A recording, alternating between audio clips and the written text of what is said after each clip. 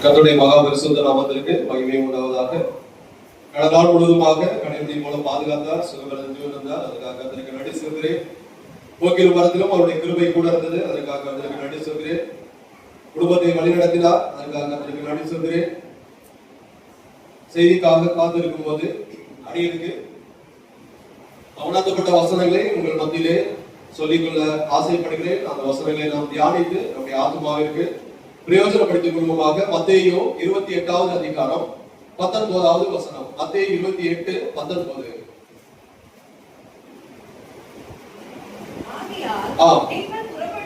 நீங்கள் புறப்பட்டு போய்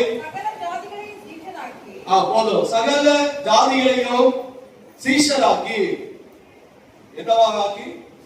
சீஷராக்கி.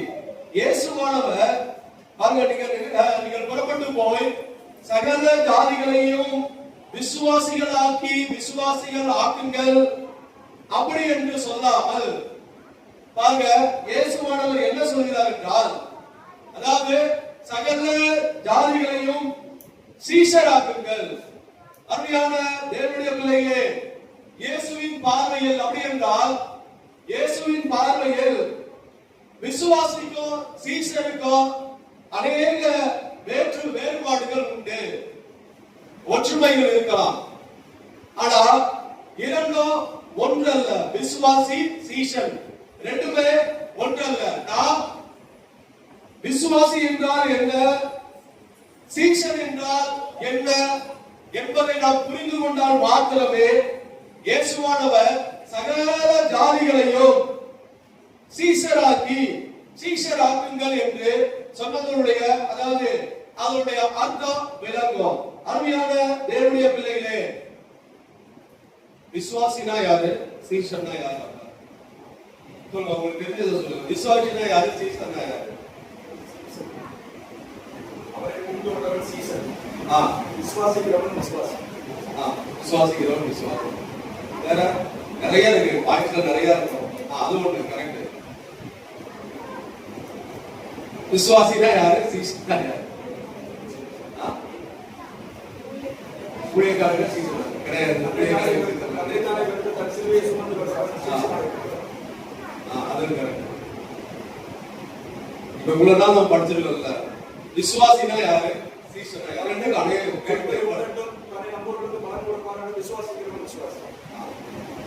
சும்மா நம்ம ஜெனரலா இருக்கிற விசுவாசினா யாரு, வசனால கரெக்ட். நம்ம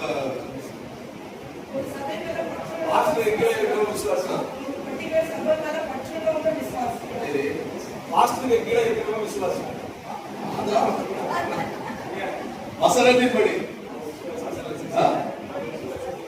இல்ல, அப்படிலாம் கிடையாது. அதை செய்து ஊழியக்காரனா செய்ய அதெல்லாம் கிடையாது.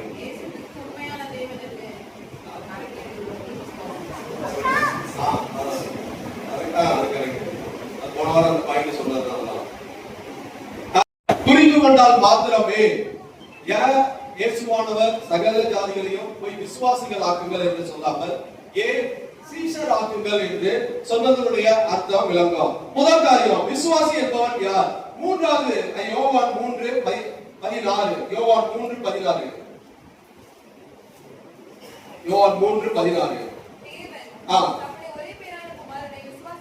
தேவன் நம்முடைய ஒரே பேரான குமாரனை விசுவாசிக்கிறவன் போதும். அதாவது விசுவாசி என்பவன் இயேசு தேவனுடைய குமாரன் என்று நம்புகிறவன் விசுவாசி. அவன் ஒரு விசுவாசி. நான் போன வாரம் வேற என்னென்ன சொன்னேன் சொல்லுங்க. சரி, எல்லாரும் கேட்டீங்க. ஐயா, நீங்க வசனத்தை திருப்பி கேட்க மாட்டீங்க. சொல்லு. போன வாரம் பின்னாடி ஒரு 7 பாயிண்ட் சொன்னேன்.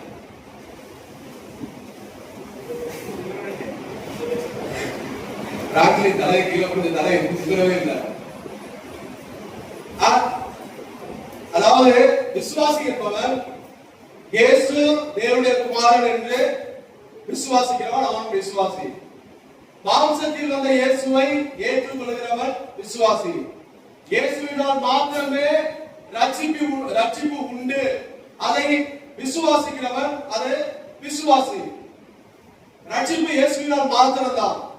இயேசு சிலுவையில் மரித்தார் என்று நம்புகிறவ, ஏற்றுக்கொள்கிறவ அவன் விசுவாசி. அருமையான தேவனுடைய பிள்ளைகளே, அதாவது ஆவிக்குரிய பார்வையில நம்ம விசுவாசி யார் அப்படி என்று பார்த்தால், விசுவாசி என்பவன் புதிதாக பிறந்த நிலையில இருக்கிறான். அவன்தான் விசுவாசி. ஆவிக்குரிய பார்வையில விசுவாசி என்பவன் புதிதாக பிறந்த நிலையில, அதாவது ரட்சிப்பின் தொடக்கம் அப்படி என்று வைத்துக் கொள்ளலாம்.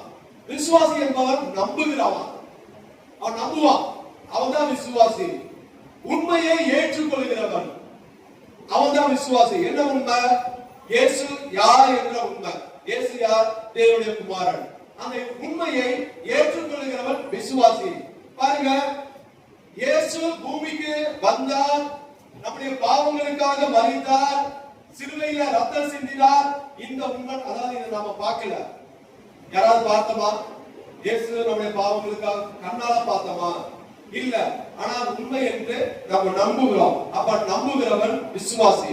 அருமையான தேவனுடைய பிள்ளைகளே, அப்ப விசுவாசி என்பவன் தேவனுடைய குமாரன் என்று நம்புகிறவன், மாம்சத்தில் வந்த இயேசுவை ஏற்றுக்கொள்கிறவன், ரட்சிப்பு இயேசுவினால் மாத்திரம்தான் உண்டு என்பதை ஏற்றுக்கொள்கிறவன், இயேசு சிலுவையில் மரித்தார், நம்முடைய பாவங்களுக்காக மரித்தார், அதை நம்புகிறவன், இவன் தான் விசுவாசி.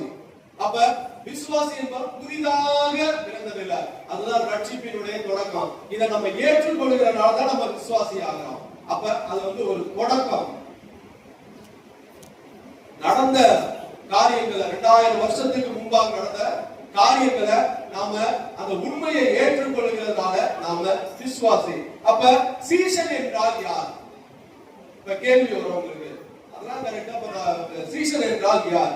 மத்தேயு 4:19, மத்தேயு 4:19. இந்த நாட்கள்ல நாம ரெண்டுக்கும் நன்றாக விளங்கிக் கொள்ள வேண்டும். என் பின்னே வாருங்கள், உங்களை மனுஷரை பிடிக்கிறவர்களாக மாற்றுவேன். அதாவது இயேசுவை பின்பற்றுகிறவன் சீஷன், இயேசுவை விசுவாசிக்கிறவன் விசுவாசி, இயேசுவை பின்பற்றுகிறவன் சீஷன், இயேசுவுக்கு கீழ்ப்படுகிறவன் சீஷன். எதுவரை? மரணம் வரை கீழ்ப்படிய வேண்டும், அவன்தான் சீஷன். இயேசுவின் சீஷர்கள் இயேசுவை சிலுவை வரை கீழ்ப்படிந்து பின்பற்றுவது போல, அதாவது அவர் மரிக்க போகிறார், அந்த ஊழிய பாதையிலிருந்து கடைசி வர இயேசுவின் அவர்கள் இயேசுவுக்கு கீழ்ப்படிந்து பின்பற்றுவது போல நாமும் இயேசுவை நம்முடைய மரணம் வரை கீழ்ப்படிந்து பின்பற்றினால் நாமும் இயேசுவுக்கு விசுவாசிகள் அல்ல, சீஷர்களாக இருக்கிறோம். அருமையான தேவனுடைய பிள்ளைகளே,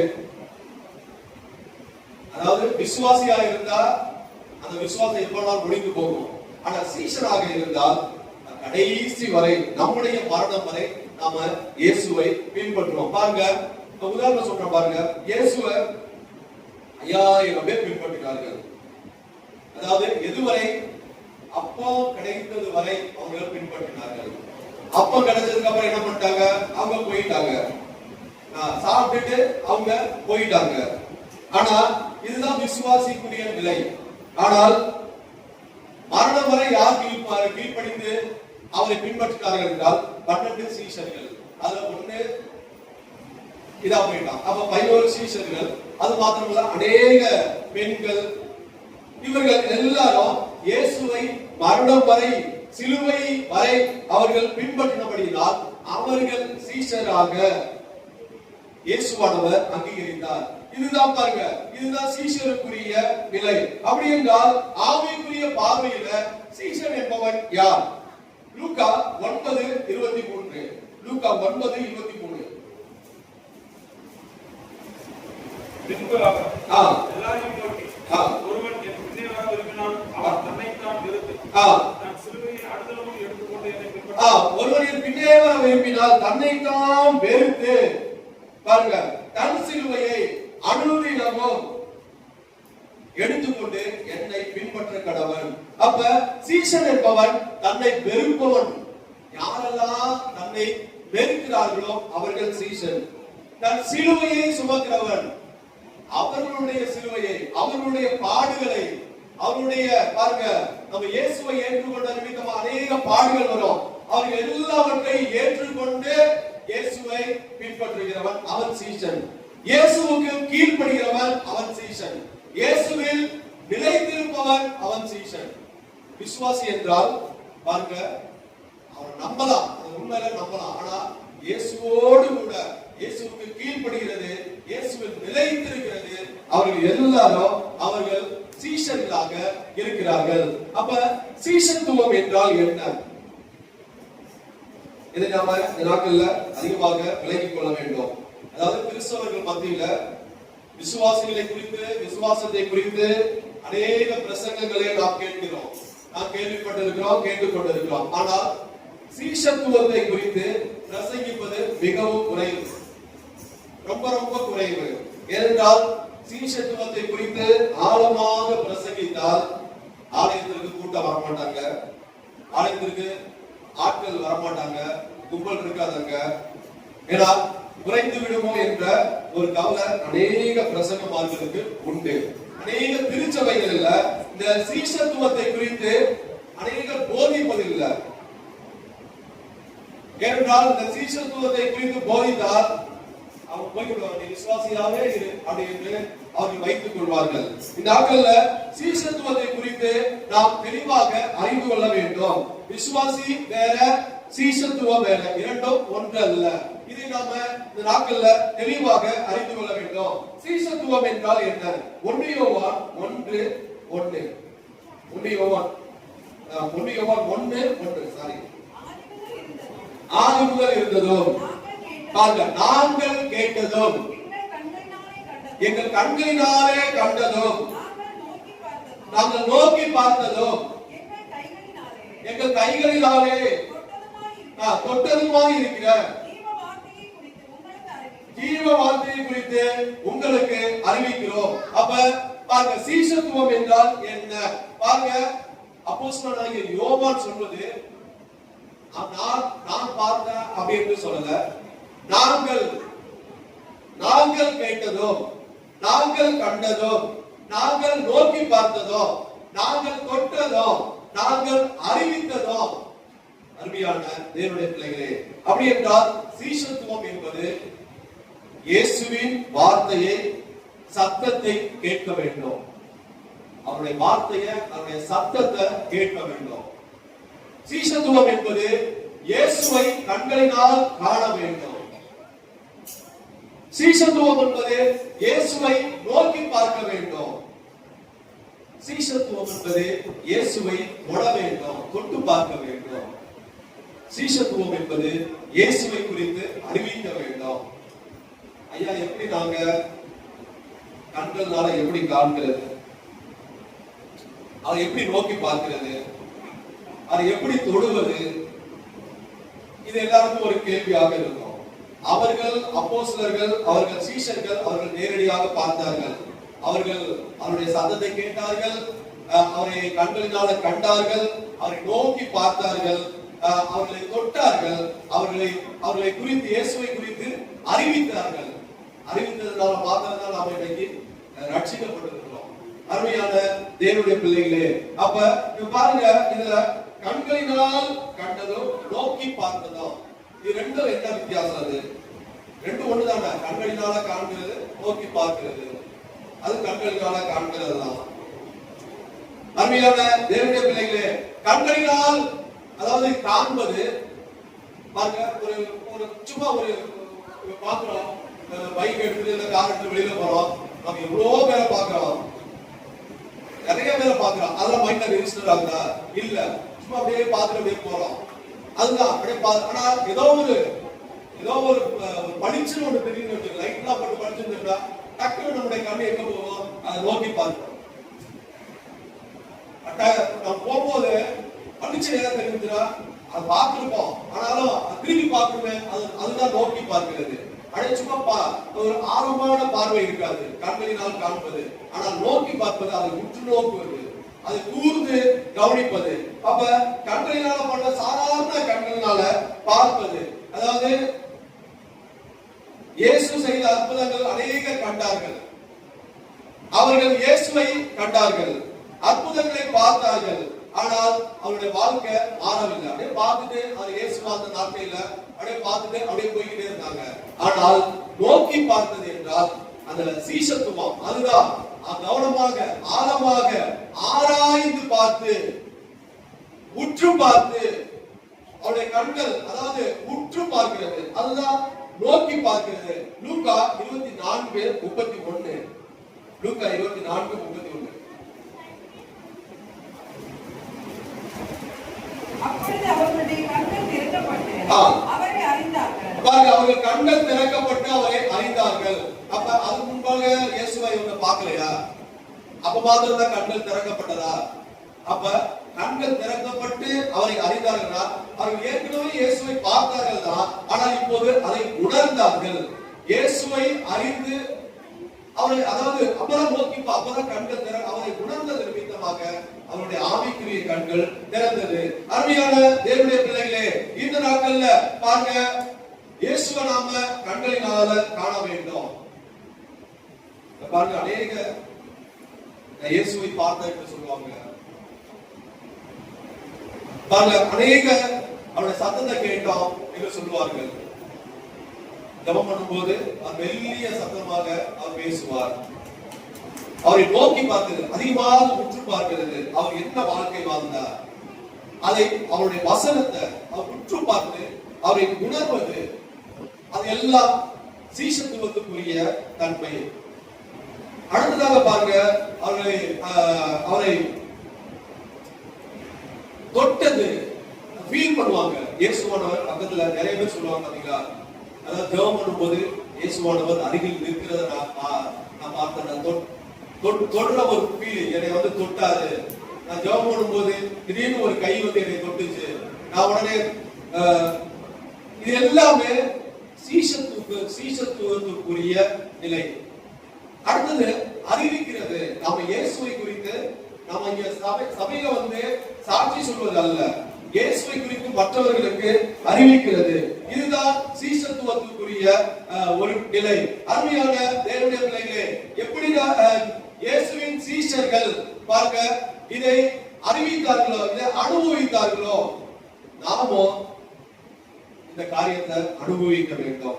அந்த நிலைக்கு நாம மாற வேண்டும். அப்படி மாறினால் நாம் இயேசுவுக்கு சீஷர்கள். அப்படி இல்லை என்றால் நாம் விசுவாசிகளாகத்தான் இருப்போம்.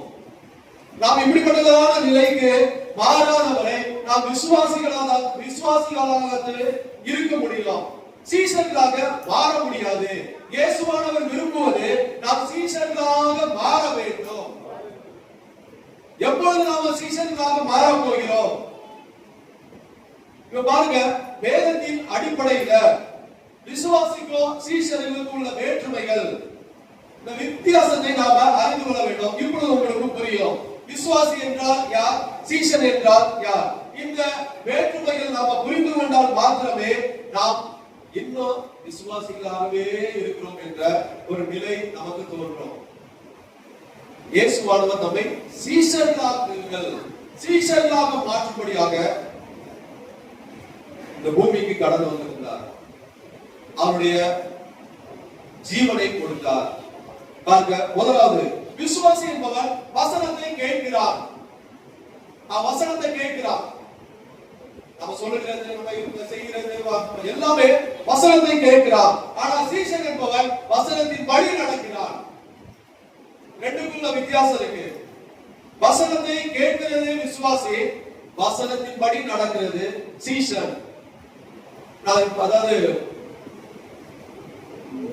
வசனம் எழுதியிருக்கா, ரோமர் 10:17 விசுவாசிக்கு, சீஷனுக்கு யாக்கோபு 1:22. நீ நோட் பண்ணி வைத்துக் கொள்ளலாம் தேவனா. அடுத்ததாக பாருங்க, விசுவாசி என்பவன் பிரச்சனைகளில் தேவனை தேடுகிறான். எப்பெல்லாம் பிரச்சனை வருதோ அவன் தேவனை தேடுகிறான். யாரெல்லாம் பிரச்சனை நேரத்தில் தேவனை தேடுகிறார்களோ அவர்கள் விசுவாசி. சங்கீதம் 34:19. பாருங்க, சீஷன் என்பவர் எல்லா சூழ்நிலையிலும், பிரச்சனையே வந்தாலும், இடியே போனாலும், மரணமே வந்தாலும் தேவனை பின்பற்றுகிறான், தேவனை தேடும். அவன் சீஷன். யோபு பாருங்க, எவ்வளவு பிரச்சனை வந்தது, அவன் தேவனை கடைசி வரை பின்பற்றினான். அவன் சீஷன். யோபு 11:15. அடுத்ததாக பாருங்க, யார் விசுவாசி? அதாவது எனக்கு ஆசீர்வாதம் வேண்டும், நான் நல்லா இருக்கணும், எனக்கு ஆசீர்வாதம் வேண்டும் அப்படி என்று சொல்லுகிறவன் விசுவாசி. சீஷன் என்பவன் பாருங்க, மற்றவர்களுக்கு நான் ஆசீர்வாதமாக என்னை எடுத்து பயன்படுத்த மாட்டவரே என்று சொல்லுகிறவன் சீஷன். ஆண்டவரே எனக்கு இந்த ஆசீர்வாதம் வேணும், இந்த ஆசீர்வாதம் என்று சொல்லுகிறவன் விசுவாசி. ஆண்டவரே என்னை மற்றவர்களுக்கு ஆசீர்வாதமாக மாற்றும், என்னை எடுத்து பயன்படுத்தும் அப்படி என்று சொல்லுகிறவன் சீஷன். மத்தேயு 10:8. அடுத்ததாக பாருங்க, இயேசுவை நம்புகிறவன், இயேசு செய்ததை நம்புகிறவன் அவன் விசுவாசி. இயேசுவை நம்புவா, இயேசு செய்த எல்லா அற்புதங்களை நம்புவா, அவன் விசுவாசி. ஆனால் சீஷன் என்பவன் இயேசுவை பின்பற்றுகிறவன், இயேசு சொன்னதை செய்கிறவன். இயேசுவை ஏற்கனவே சொன்ன, இயேசுவை நம்புவது வேற, இயேசு செய்ததை நம்புகிறது வேற, இயேசுவை நம்புவது வேற. ஆனால் இயேசுவை பின்பற்றுகிறவன், இயேசு சொன்னதை செய்கிறவன், இவன் சீஷன். அடுத்தது பாருங்க, விசுவாசி. ஜெபத்துல தேவைகளை சொல்லுகிறான். ஜெபத்துல யாரெல்லாம் உங்களுடைய தேவைகளை நீங்க ஜெபத்துல சொல்றீங்களோ அவர்கள் விசுவாசி. ஜெபத்துல தன்னை அர்ப்பணிக்கிறவன் சீஷன். சவுண்ட் ஏன் சத்தம் போட்டுருக்கீங்க? சாமி அக்கா ஏன் டிஸ்டர்ப் பண்ணிட்டு இருக்க? ஜெபத்துல தன்னை அர்ப்பணிக்கிறவன் அவன் சீஷன். லூக்கா 22:42. அருமையான தேவனுடைய பிள்ளைகளே, சிலுவையின் பலனை, அதாவது சிலுவையின் மூலமாக எனக்கு மீட்பு உண்டானது, நான் பாவம் எனக்கு மன்னிக்கப்பட்டது, இதை ஏற்றுக்கொள்கிறவன் அதாவது விசுவாசி சிலுவை மூலமாக. ஆனால் சீஷன் என்பவன் சிலுவையை சுமக்க தயாராக இருக்கிறான், அவன் தான் சீஷன். சிலுவை மூலமாக எனக்கு பாவம் மன்னிப்பு உண்டானது, ரட்சிப்பு உண்டானது, அதை நம்புகிறவன், அதை ஏற்றுக்கொள்கிறவன் விசுவாசி. ஆனால் சீஷன் என்பவன் சிலுவையை சுமக்க தயாராக இருக்கிறான், அவன் தான் சீஷன். லூக்கா 23:26.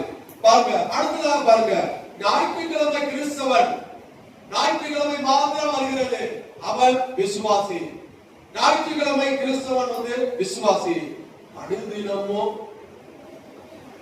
அனுதின கிறிஸ்தவன், அனுதினமும் ஜெபத்துல, அனுதினமும் தேவனை தேடுகிறார். ஞாயிற்றுக்கிழமை மாத்திரம் தேவனை தேடுகிறவன் அவன் விசுவாசி.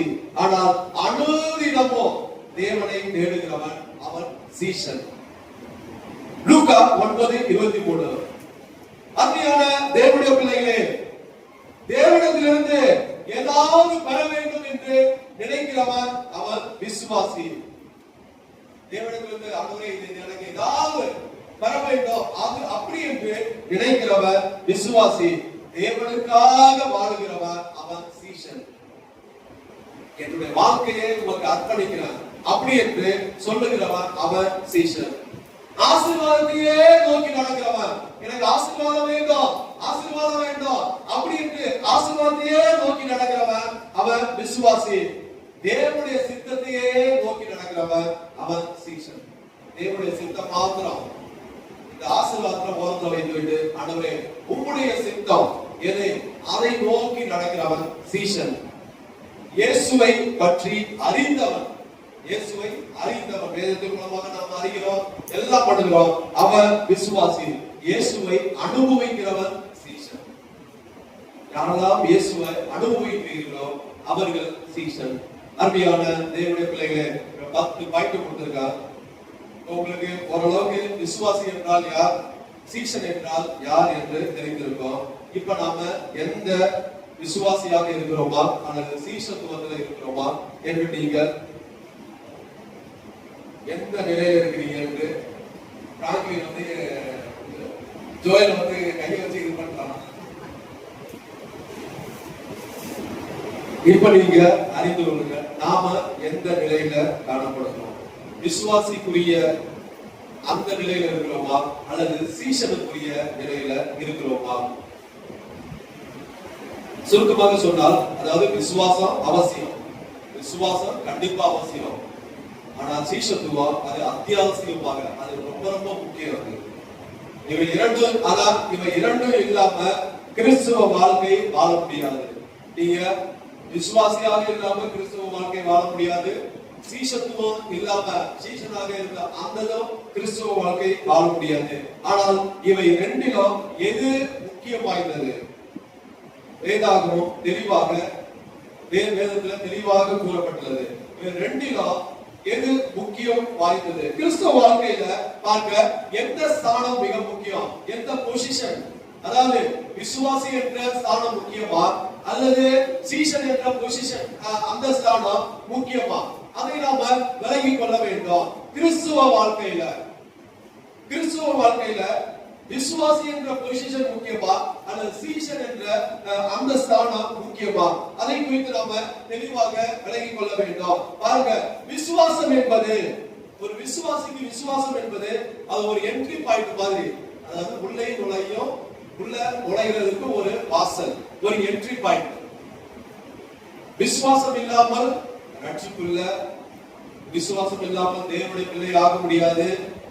நீங்க விசுவாசம் உங்களுக்கு இருந்தனாலதான் நீங்க ரட்சிக்கப்பட்டிருக்கீங்க, நீங்க தேவனுடைய பிள்ளை ஆகிருக்கீங்க. அதுல எந்த மாற்று கருத்தும் இல்லை. அது எல்லாரும் விசுவாசத்தை மாத்திரம் தான் இங்க வந்து நீங்க உட்கார்ந்து இருக்கீங்க, ஆராதனை பண்ணுகிறோம்.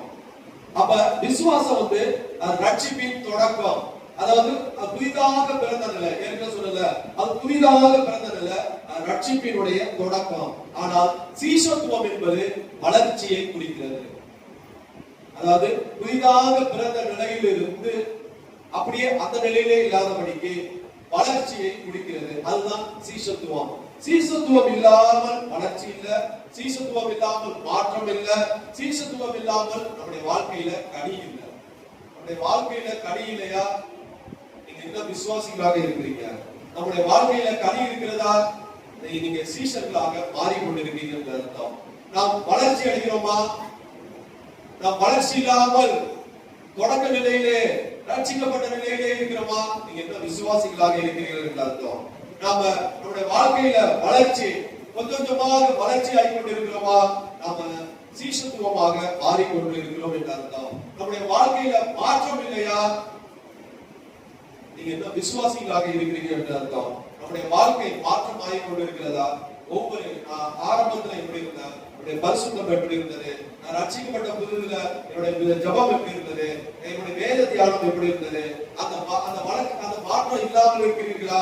இன்னும் நம்ம விசுவாசிகளாக இருக்கிறோம், சீஷர்களாக மாறவில்லை என்று அர்த்தம். இயேசுவின் பார்வையில் எது அதிகமாக இயேசுவானவர் வலியுறுத்தினார்? நீங்கள் சீஷராகுங்கள் என்று வலியுறுத்துகிறார். விசுவாசிகளாகுங்கள் என்று வலியுறுத்துகிறார், சீஷர் ஆகுங்கள் என்று வலியுறுத்தினார். இயேசு நம்மிடத்துல எதிர்பார்ப்பது என்ன? இயேசு நம்மிடத்துல விசுவாசத்தை விட சீஷத்துவத்தை அதிகமாக எதிர்பார்க்கிறார்.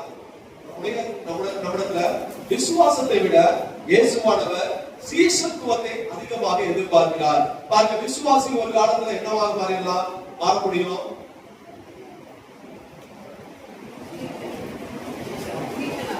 சீஷனாக மாறலாம். ஆனா இன்னொன்னு மாறலாம்.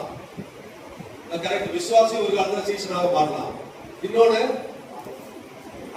விசுவாசி அவிசுவாசியோட போயிடலாம். இப்ப பாருங்க, எவ்வளவு பேர் ரட்சிக்கப்பட்டாங்க, ஆனா அவங்க விசுவாசத்தை விட்டு வழி விலகி திருப்பி பழையபடி விக்கிரகத்துக்கு போயிருப்பாங்க. அநேக நம்ம பார்க்கிறோம், இயேசுவை விட்டே போயிருவாங்க. அப்ப அவர்கள் விசுவாசிகளாகவே இருந்தது நிமித்தமாக ஒரு காலத்துல அவிசுவாசிகளாக மாறி போய்விட்டார்கள். ஆனால் சீஷத்துவம் அப்படி கிடையாது. சீஷத்துவம் ஒருபோதும் மாறவும் முடியாது, பின்மாற்றம் உண்டாகாது. அதுதான் சீஷத்துவத்துக்குரிய நிலை. அருமையான தேவனுடைய பிள்ளைகளே, உண்மையான விசுவாசம் நம்மிடத்துல, நீங்க உண்மையாக விசுவாசம் உங்களிடத்துல இருந்தா ஒரு நாள் அது சீஷத்துவமாக வெளிப்படும். விசுவாசம் இல்லாமல் கிறிஸ்தவனாக முடியாது. நீங்க விசுவாசம் இல்லை அப்படின்னா உங்களால கிறிஸ்தவனாக முடியாது. அதுபோல சீஷத்துவம் இல்லாமல் கிறிஸ்துவ வாழ்க்கை முழுமையே பெறாது. இதுதான் வித்தியாசம். விசுவாசம் இல்லாமல் கிறிஸ்தவனாக முடியாது. ஆனால் அதுபோல சீஷத்துவம் இல்லாமல் கிறிஸ்துவ வாழ்க்கை முழுமையை பெறாது. அது பாதியிலே தான் நிற்கிறோம். எனவே இயேசுவின் பார்வையில் சீஷத்துவத்தை விட அதிக முக்கியம் வாய்ந்தது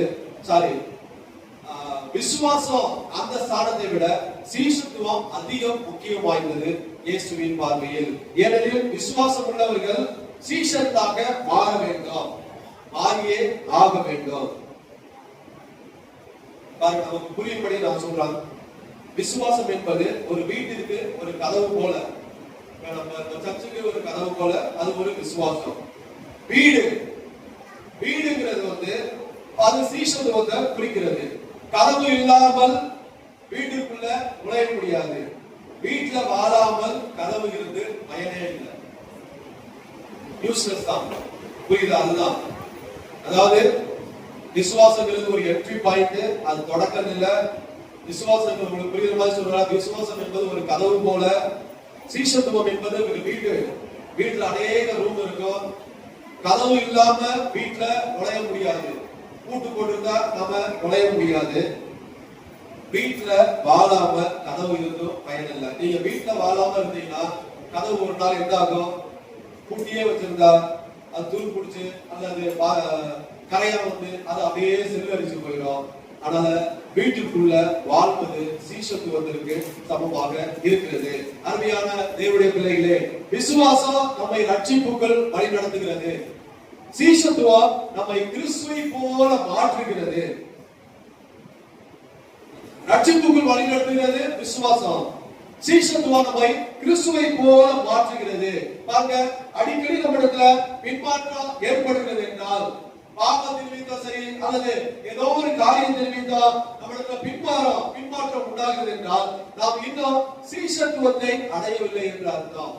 நம்ம பாருங்க, நம்ம முன்னேறுகிறோம், திருப்பி பின்னாடி போறோம், முன்னேறுகிறோம், திருப்பி போறோம், கொஞ்ச நாள் ஜெபம் பண்றோம், திருப்பி விட்டு விடுகிறோம், கொஞ்ச நாள் எல்லாம் பைபிள் படிக்கிறோம், திருப்பி விட்டு விடுகிறோம். அப்ப நாம இன்னும் விசுவாசிகளாகவே இருக்கிறபடியால் நம்மிடத்துல அடிக்கடி ஒரு பின்மாற்றம் ஏற்பட்டுக் கொண்டே இருக்கிறது. அப்படி ஏற்படுகிறது என்றால் சீஷத்துவத்தை இன்னும் அடையவில்லை என்று அர்த்தம். நாம் இந்த நாட்கள்ல ஜெபம் செய்ய வேண்டியது ஒவ்வொருவரும் பாருங்க, வசனத்தை ஆண்டவரே, நான் வசனத்தை கேட்கிற விசுவாசியாக அல்ல, நான் வசனத்தின்படி நடக்கிற சீஷனாக என்னை மாற்றும். ஹல்லேலூயா!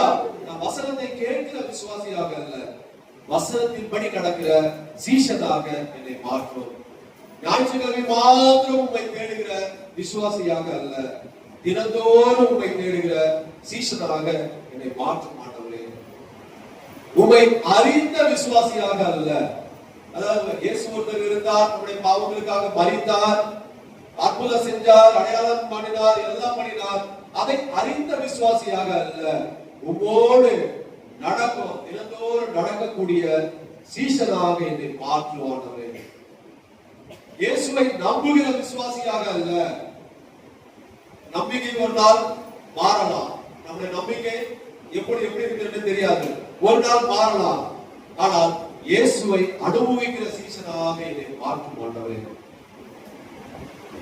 இயேசுவே என்னை ஆசீர்வதியும் என்று சொல்லுகிற விசுவாசியாக அல்ல, இயேசுவே என்னை பயன்படுத்தும் என்று சொல்லுகிற சீஷனாக என்னை மாற்றும். இந்த நாட்கள்ல நாம இதை சொல்லி நாம ஜெபம் பண்ண வேண்டும். இந்த நாட்கள்ல நாம விசுவாசிகளாகவே இருந்துவிட தேவையில்லை, நாம சீஷத்துவத்தை அடைய வேண்டும். இயேசுவானவர் அதை விரும்புகிறார்.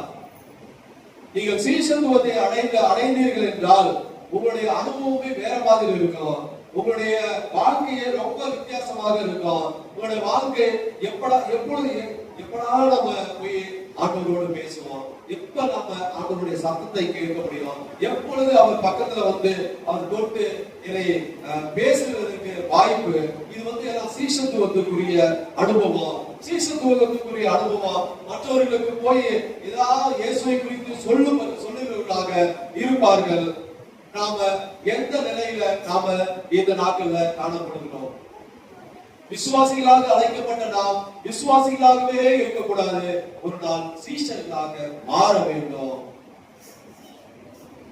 அருமையான தேவனுடைய பிள்ளைகளே, இயேசுடைய சத்தத்தை கேட்க வேண்டும், இயேசுவை காண வேண்டும், இயேசுவை நோக்கி பார்க்க, அவரை உற்று பார்க்க வேண்டும், இயேசுவை தொட வேண்டும், இயேசுவை குறித்து அறிவிக்க வேண்டும். இதை யாரெல்லாம் செய்கிறார்களோ அவர்கள் சீஷர்களாக, இயேசுவுக்கு சீஷர்களாக காணப்படுவார்கள். அப்படி இல்லாதபடிக்கு நாம எப்படி அழைக்கப்பட்டோம், விசுவாசிகளாக அழைக்கப்பட்ட நாம் அப்படியே நாம இல்லாதபடிக்கு, அதாவது ஏற்கனவே சொன்ன விசுவாசம் இல்லாமல் கிறிஸ்தவனாக முடியாது, ஆனால் சீஷத்துவம் இல்லாமல் கிறிஸ்துவ வாழ்க்கை முழுமை பெறாது. ரெண்டுக்குள்ள வித்தியாசத்தை நீங்க ரொம்ப தெளிவாக அறிந்து கொள்ள வேண்டும்.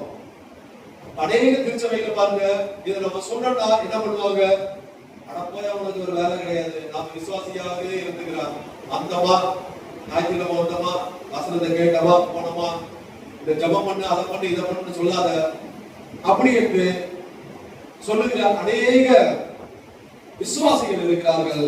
நம்மை விசுவாசிகளாக இயேசுவானவர் அழைக்கவில்லை, நம்மை சீஷர்களாக அழைத்திருக்கிறார். ஹல்லேலூயா! அருமையான தேவனுடைய பிள்ளைகளே, சீஷத்துவத்துக்குரிய குணாதிசயம் நம்மிடத்துல வெளிப்பட வேண்டும். இயேசுவானவர் அதை விரும்புகிறார். ஜெபம் பண்ணுங்க. இந்த நாட்கள்ல ஜெபம் ரொம்ப முக்கியம். நீங்க ஜெபம் பண்ணும்போது அந்த சீஷத்துவத்தை, அந்த நிலையை நீங்க அடைவீங்க. இந்த நாட்கள்ல பாருங்க, இரவு ஜெபத்துல ஜெபிக்கும் போது ஒரு வார்த்தை, நாட்கள்ல கிறிஸ்தவ வாழ்க்கையில ஒரு நிமிஷம் கூட ஜெபிக்காத அநேக விசுவாசிகள் காணப்படுகிறார்கள். ஒரு நிமிஷம்,